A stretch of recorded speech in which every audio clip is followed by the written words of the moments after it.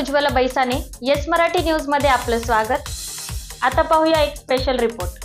हाच तर संत सावता महाराज यांनी केलेला मळा आणि आज सुद्धा ह्याच ठिकाणी ऊस दिसतोय आणि ऊसाची लागवड मोठ्या प्रमाणात आहे। तिकडे पाहिलं तर ज्वारी आहे, म्हणून म्हणलंय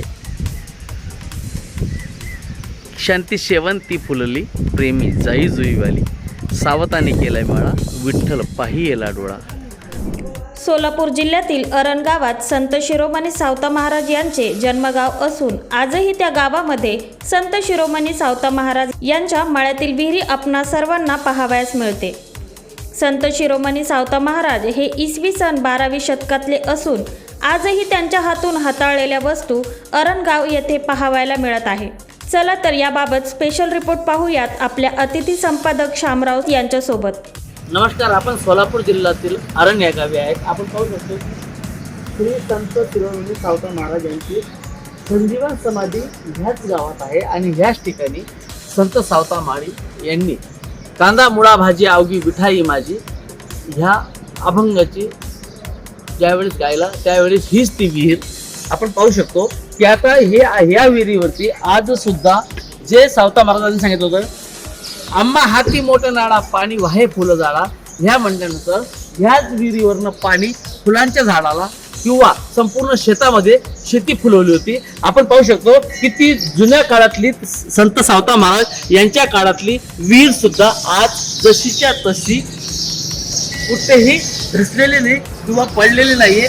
आणि आपण पाहतो की जो हा रहाड आहे, हा रहाड पाहायला भेटत नाही, परंतु आजही अरण या गावात आपल्याला पाहायला भेटतं। आपल्याबरोबर आता अरण गावाचे ज्येष्ठ नागरिक आहेत। बाबा काय सांगा? हा हा पुढे घ्या। हा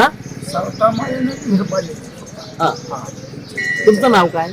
माझं गजेंद्र भगवान देशमुख। गजेंद्र भगवान देशमुख। आता सावता महाराजांचा जो मळा होता तो मळा ह्याच ठिकाणी हा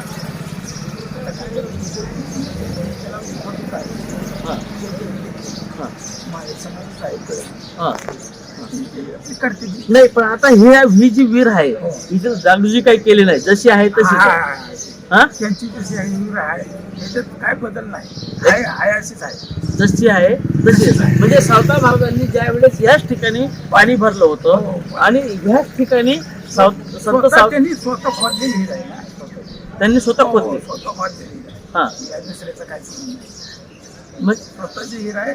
दातासारखं वाढवलेली आहे, खोदले पण परत खोदले। पण मग ह्याच ठिकाणी पांडुरंग परमात्मा एकादशी दिवशी नामदेव महाराज आणि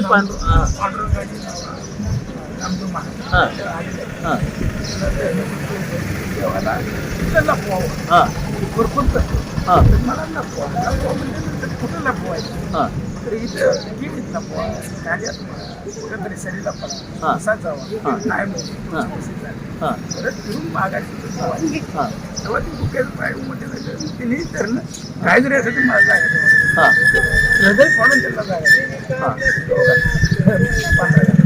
जागा आज दाखवून टिपून घेतलं तर जशी बाहेर नाही गेलेली त्यांच्या मागायची चोर आलेलं होतं त्यांनी ती बघितल्यावर एकंदरीत आपण पाहू शकतो की अजून ज्येष्ठ नागरिक आहेत। बाबा, सावता बाबांची विहीर आहे हो हा आणि ह्याच ठिकाणी पांडुरंग येतो।